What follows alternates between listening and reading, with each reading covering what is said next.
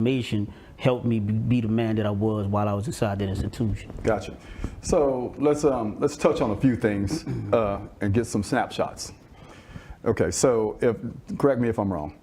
You went to trial, and the charge was murder and armed robbery. Am I correct? Correct. Okay, and you were convicted for murder and with a life sentence without parole. They charged me with first-degree murder at 16 years old, which carried the death penalty. So they was pushing for the death penalty for me. At that time, juveniles were eligible to be sentenced to death.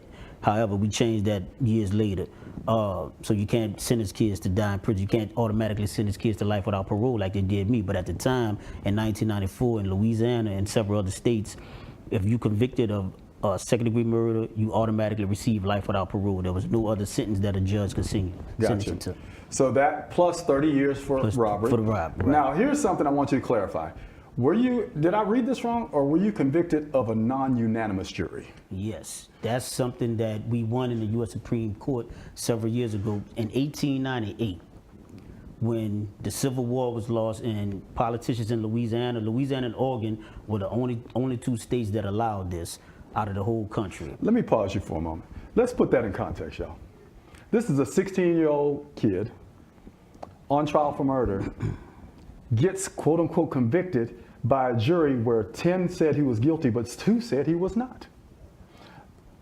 Think about that for a minute.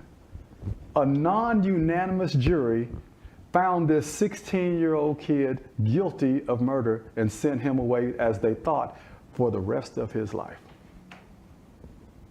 And the kicker is why they did that. Why did Louisiana and Oregon allow this? In 1898, Louisiana convened, had a constitutional convention, and they said that because it was legal in the Constitution that, all unanimous juries, it had to be unanimous, all 12.